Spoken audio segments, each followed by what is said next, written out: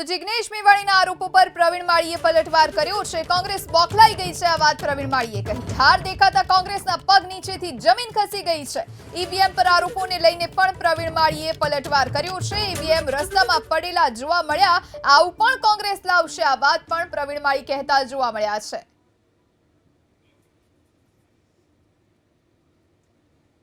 મને એમ લાગે કે કોંગ્રેસ બોખલાઈ ગઈ છે, એનો જનાધાર જતો રહ્યો છે, જમીન નીચેથી પગ નીચેથી જમીન ખસકી ગઈ છે, એટલે આ પ્રકારનો અનર્ગલ વાતો કરે છે। સોશિયલ મીડિયાનો ઉપયોગ આ રીતે તમે જે કીધું છે એ તો કદાચ પોલીસે સાયબર સેલે ફરિયાદ નોંધી છે, તો એ કોઈ પણ હોય આ પ્રકારનું કામ કરતું હોય તો આ પ્રકારનું કામ પોલીસ એક્શન લે, પોતાની રીતે નિષ્પક્ષ રીતે લેતી હોય છે અને એ કોર્ટની અંદર સાબિત કરવાનું હોય છે।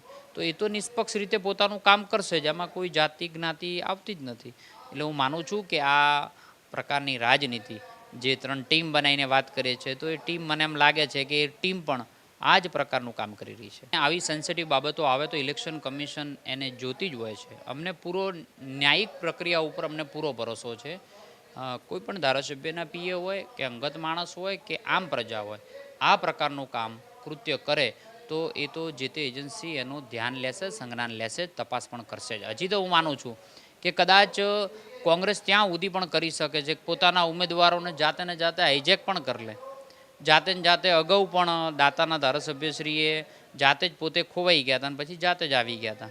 એટલે જાતે ને જાતે એવું પણ બનશે કે ઈવીએમ રસ્તામાં રખડતા હશે, વાઈફાઈ કનેક્ટ થાય છે અને પ્રજાને આ પ્રમાણે ગુમરાહ કરશે। આવું કોંગ્રેસ આવનારા સમયમાં કરવાની જ છે।